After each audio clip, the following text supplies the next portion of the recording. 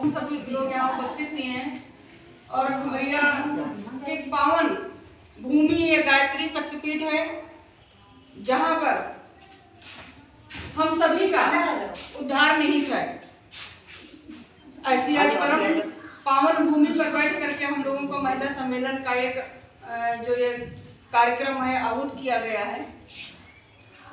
कार्यक्रम का कोई बहुत बड़ा इतना बड़ा विषय नहीं है। अगर जो देखा जाए हम सब लोग बहुत सारी जिम्मेदारी महिलाओं के ऊपर होती है। महिलाएं ही घर की एक नींव होती हैं और बैठ जाओ। माता पिता हैं, सास ससुर हैं, आदमी है, सबकी जिम्मेदारी है, सब महिलाओं के कंधों पे निहित है। हम मानते हैं हम सबका बहुत ही समय व्यस्त है, समय बहुत बिजी जीवन है, उसमें से समय निकालना आसान काम नहीं है। क्योंकि अगर जो यहाँ लेट हो जाएगा, घर पे खाना नहीं बना होगा तो वो भी डांट की लोग खाएंगे कि आखिर इतनी देर कहाँ थे, जो आज कपड़े नहीं धुले, आज खाना नहीं खाया गया। लेकिन उन सबके बीच में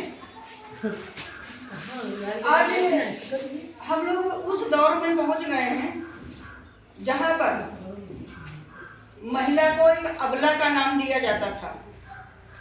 अगर जो महिला का नाम आ जाता था तो बेचारी शब्द पीछे लगा होता था कि ये असहाय हैं, बेचारी हैं, और अभी भी कहा जाता है कि महिलाओं के बुद्धि नहीं होती है।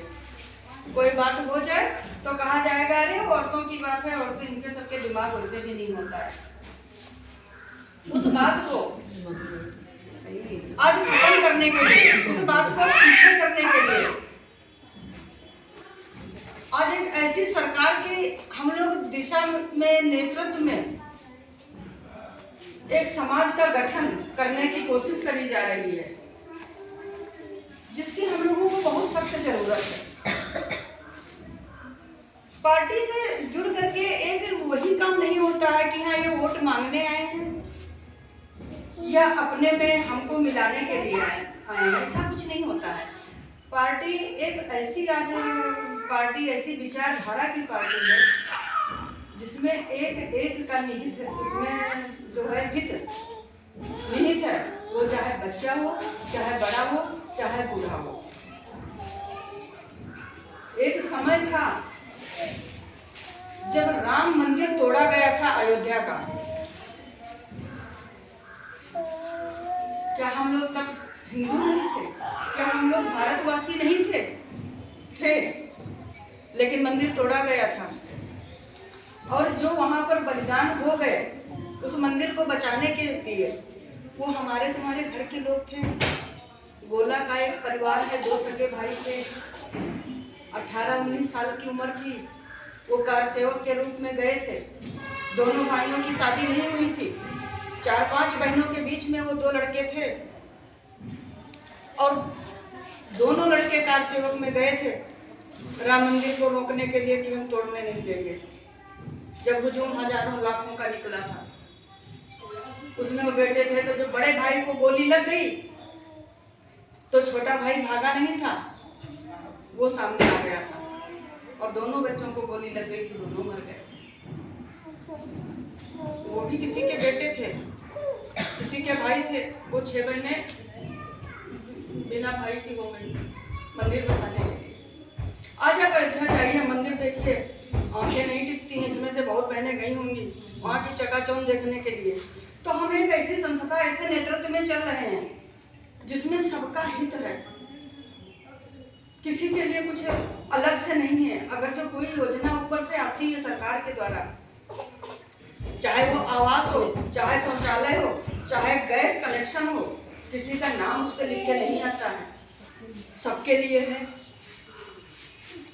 और ये हमारा दुर्भाग्य है कि हम आपस में हमारी एकता नहीं है, हम बढ़ जाते हैं। हमें बंटना नहीं है, हमें एक साथ रहना है।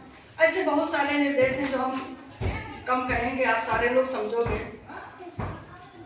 स्वतंत्रता संग्राम सेनानी के बीच की हमारी ये चाची बैठी हुई है, इनके परिवार का भी एक योगदान है। बस में आप लोग जाते होगे तो बस की सीट पे एक जगह लिखा होता है स्वतंत्रता संग्राम सेनानी सीट। उसका मतलब किसी ने कभी समझा है? ये आरक्षित सीट होती है वो हर बस में। एक महिला सीट लिखा होता है, एक जगह स्वतंत्रता संग्राम सेनानी सीट लिखी होती है, उस पर यादव ब्राह्मण है और बनिया सरदार मुसलमान ये नहीं लिखा होता है, उस पर लिखा होता है स्वतंत्रता संग्राम सेनानी। वो कोई भी हो सकता है, उसको उसके लिए वो आरक्षित सीट होती है बस में। आज हम लोगों को समझने की जरूरत है उस चीज़ की कि उन लोगों ने वहाँ पर बलिदान दिया था। जो रानी लक्ष्मीबाई थी उनका तोपची मुस्लिम था और उन्होंने ही उसको वो जो मुस्लिम थे उनका बिस्मिल खां करके कुछ नाम था, जो उनके तोपची थे, जो तोप चलाते थे। वो तोप आज भी झांसी के किले में खड़ी हुई है। तो उन्होंने कहा था कि तुम्हारे घर का ही आदमी तुम्हारे लिए आज दिक्कत कर रहा है। जो जयचंद नाम का आदमी था, आज हम लोग मुहावरे में कहते हैं कि भैया घर का आदमी जयचंद बना हुआ है। जयचंद वही थे, उनके परिवार के थे और उन्होंने उनकी सीक्रेट जो था लीक कर दिया था कि आज ये इधर से इधर निकल रही है, आज यहाँ इनको घेर के मार देना है। रानी लक्ष्मीबाई अपना एक परिवार, अपना राज्य संभाल लेती, अपना घर संभाल लेती। क्या जरूरत थी पूरे उत्तर प्रदेश का ठेका लेने का? कोई जरूरत नहीं थी। आज हम जिस गायत्री परिवार जिस मंदिर में बैठे हैं, सुबह 6 बजे 7 बजे ये लोग 4 बजे उठ जाते हैं। 4 बजे उठते हैं ये लोग जी, 3:53 पर उठते हैं और उठ करके अपनी जो दैनिक क्रिया निपटा करके और मंदिर का आवाहन सबके लिए हो जाता है। इनको क्या जरूरत है कोई जरूरत? दीदी आप लोग बताइए, इनको जरूरत है ये सब करने की, 3 बजे उठने की? इनका ना बच्चा स्कूल जाना है, ना किसी को काजल लगाना है, ना किसी की चोटी बनानी है। ये चाहे तो 9 बजे तक सो के उठें। ये विद्यालय में यहाँ खपा रही हैं अपना सर। इस उम्र में आकर के इनकी सेवा से आज बच्चे बहुत बड़े बड़े डॉक्टर इंजीनियर बने बैठे हैं। इन्होंने हैदराबाद विद्या मंदिर का भी पहले आया था, 55 लाख की गाड़ी है उसके पास जी। आज हैदराबाद विद्या मंदिर जो स्कूल चल रहा है, जिसमें हजारों बच्चे शिक्षा प्राप्त कर रहे हैं, वो इनकी नींव रखी हुई है उसी विद्यालय की। तो इनको आज यहाँ गायत्री मंदिर में बैठ के स्कूल चलाने की कोई जरूरत नहीं है, लेकिन इन्होंने सोच रखा है कि हम अपना योगदान इस समाज के लिए करेंगे, हम बच्चों को शिक्षा देंगे, हमारी शिक्षा के माध्यम से बच्चे हमारे सही मार्ग पे चलेंगे। हमारा लड़का है आज हम लोग चल रहे हैं, अगर जो किसी का नेतृत्व कर रहे हैं तो हमारा सिर्फ नाम नहीं होता है। आज सुमन दीदी चल रही है संगठन की तरफ से, तो सिर्फ सुमन दीदी का नाम नहीं होता है। अगर जो गायत्री परिवार की मिसाल लेकर के ये 2 लोग बैठे हैं, हमारे मोरे जी दादाजी मिसाल लेके चल रहे हैं, तो सिर्फ उनका नाम नहीं है, आप सभी के सहयोग से आज मिसाल चल रही है दीदी। किसी एक का सहयोग उसमें नहीं हो सकता है। जब पूरे समाज का सहयोग होता है तब किसी संस्था की, किसी संगठन की मिसाल जलती है। तो सबसे बहुत जरूरी है कि हम लोग रोटी चौका चूल्हा निपटाने के बाद उसको छोड़ना नहीं है, करना है। करने के बाद अगर जो ऐसा कोई कार्यक्रम रखा जा रहा है समाज में, तो हम उसमें समय जरूरी है। ऐसा नहीं है कि हमारे पास काम नहीं, हम फ्री हैं, हमारे पास भी काम है। दीदी के पास, दीदी ने तो समाज की जिम्मेदारी ले रखी है। और जयंती दीदी हम लोगों के बीच में बैठी हैं, इनके बहुत छोटे छोटे बच्चे थे जब यहाँ आई थी। शायद बेटा यही हुआ है इनका। और ये अचानक गायत्री परिवार में जुड़ी, तब से आज तक आज सब लोगों के बीच में है। आज पूरा खमरिया जानता है कि जयंती दीदी ने गायत्री परिवार से जुड़ी हुई है। किस लिए जानता है? कि इन्होंने परिवार के बाद यहाँ के लिए जिम्मेदारी में समय दिया है। आज इसलिए इनको जानते हैं लोग। अगर जो कोई नाम ले ले तो इनको परिचय अपना बताने की जरूरत नहीं है, लेकिन अगर जो कोई इनके बीच में इन्होंने अपनी जिम्मेदारियों से भागी है, इन्होंने परवरिश नहीं दी है। बिटिया इंजीनियर है, बेटा इंजीनियर हो गया, मकान लखनऊ में बन गया, 3 बजे तो जागने की जरूरत है। ये मत समझो कि हम हरे कपड़े धो लेते, खाना बना लेते, वहाँ गए बेकार गए बैठे, नहीं। सब करो। सब करने के बाद निकलो बाहर, जुड़ो। और हम लोग आज यहाँ इकट्ठा होकर के ये तो थोड़ी ना बता रहे हैं कि कहीं तुम चोरी कराना जाके, ये तो नहीं कह रहे हैं पड़ोसी का तुम छीन के ले आना। हम लोग भी यही कह रहे हैं कि तुम लोग जागो और समझो क्या हो रहा है समाज में। उस समाज में जागने की जरूरत है। आज इसका कार्यक्रम जो है लगा हुआ, उसको हम कुछ थोड़ा बहुत कम शब्दों में बोलेंगे। कार्यक्रम जो है हर घर स्वदेशी और घर घर स्वदेशी। हमारे माननीय मोदी जी कहते हैं, एक तो उन्होंने स्वच्छता अभियान चलाया। स्वच्छता अभियान का परिणाम है बहुत से मंदिर अपने यहाँ नहीं है, बाकी हम तो पूरे जिले में जाते हैं, देखते हैं। कुआं जो थे, कुआं का बहुत महत्व था।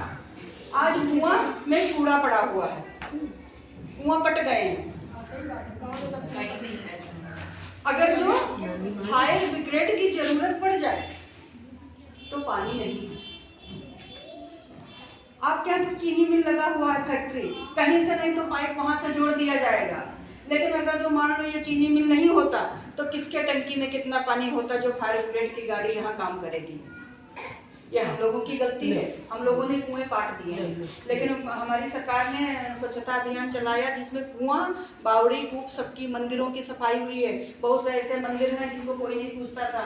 हरदासपुर में काली मंदिर बना हुआ है, बहुत दिन से बना है, लेकिन आज वहाँ भीड़ इकट्ठा होती है क्योंकि वहाँ पर लोग जाके और वहाँ सफाई करे। वहाँ एक पुजारी बैठा और आज लोगों का आवागमन, काली मंदिर में, हरदासपुर का मंदिर है, उससे पहले एक काली मंदिर है, लोगों का आवागमन शुरू हो गया। और नहीं तो बहुत पहले खोया पड़ा था, क्या माता जी का वहाँ अस्तित्व नहीं था।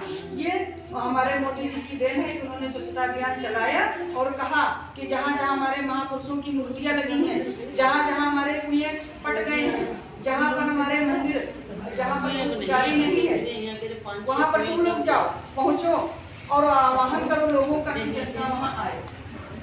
ऐसे हमारे मोदी सरकार ने शिक्षा प्रणाली बदल के रखती है। आज इस शिक्षा में हम लोगों को बताया गया था, पहले जो आताताई आए थे, जो हमारे भारत देश का सर्वनाश करके चले गए, जो कुछ बचा वो छीन के लेके चले गए, उनके बाद में आ जाओ।